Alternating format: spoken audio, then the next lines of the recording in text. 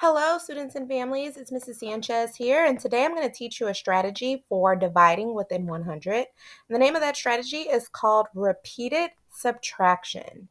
So here I have the division equation 12 divided by 4. So I'm going to provide a little bit of context here. I have 12 bracelets, and I'm going to share those bracelets, or I'm going to give those bracelets to 4 friends, and I want to make sure that each friend has the same number of bracelets. So 12 bracelets being divided by 4 friends, and I'm looking to see how many bracelets each friend is going to get. Now, our number 4 here, we call that our divisor. So that's going to be the number that we're going to be subtracting repeatedly. Our dividend here, which tells us the total number of objects that we have, is 12. So I'm going to be subtracting 4 from 12 repeatedly until I get to a difference of 0.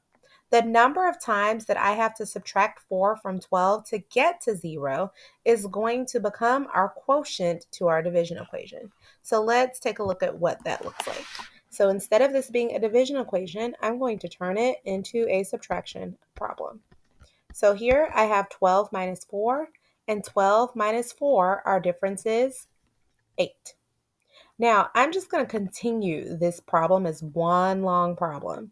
So now I have 8 as my difference, and I'm going to continue subtracting 4 until I get to a difference of 0. So now 8 minus 4 equals 4.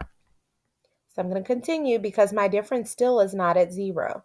My difference is 4. So I'm going to subtract 4 again. Now, 4 minus 4 equals 0. So now I have a difference that is 0. So I'm going to stop my repeated subtraction, and I'm going to count how many times I had to subtract 4 from 12 in order to get to a difference of 0. And the way that I like to do this is I like to just kind of go and circle my subtraction symbols.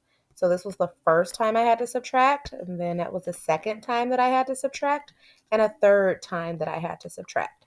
So I had to subtract 4 from 12 3 times before I could get to 0. Therefore, my quotient is 3.